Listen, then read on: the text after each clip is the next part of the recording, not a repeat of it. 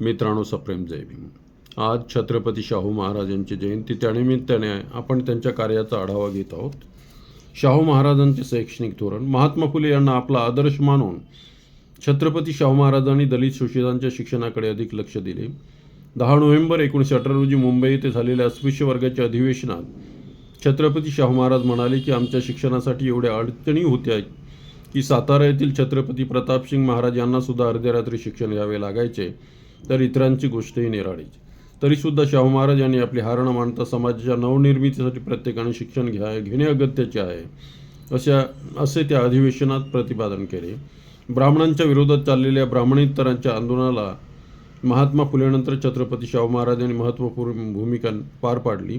ते म्हणतात, जोपर्यंत भारतातील प्रत्येक स्त्री पुरुषास शिक्षण मिळणार नाही तोपर्यंत भारत हा स्वतंत्र, सार्वभौम, समृद्ध, एकजीव, सामर्थ्यवान होणार नाही.